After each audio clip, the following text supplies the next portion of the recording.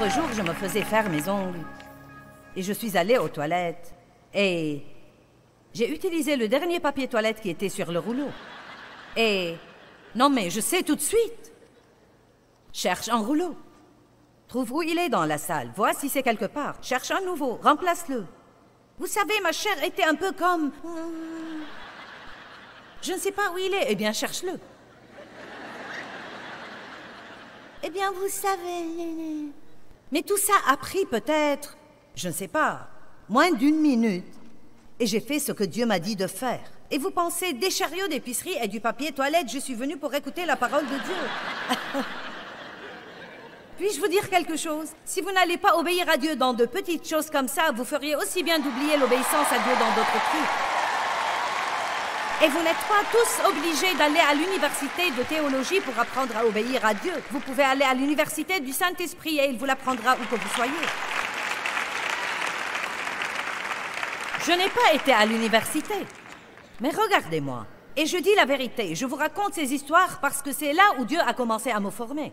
Je passais beaucoup de temps à l'épicerie et c'est là où ça a commencé. Dieu m'enseignait l'intégrité.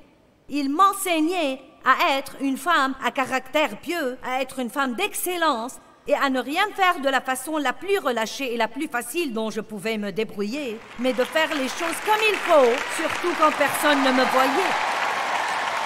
Personne n'était dans cette salle de bain avec moi. Personne n'allait savoir si j'avais remplacé le papier toilette ou si j'avais laissé à la personne suivante de faire ça. On n'aime pas quand on va à la salle de bain et qu'il n'y a pas de papier toilette. Faites-le de même pour eux. Tout ce que vous voulez que les hommes fassent pour vous. Je ne sais pas de quoi ce message aura l'air quand il sera traduit en chinois et en dialecte indien et... vous savez.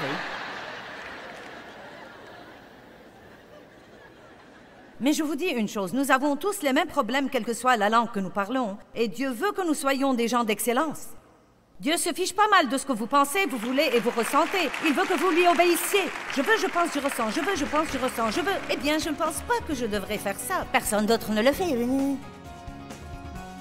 2 ans pour remettre un chariot à sa place.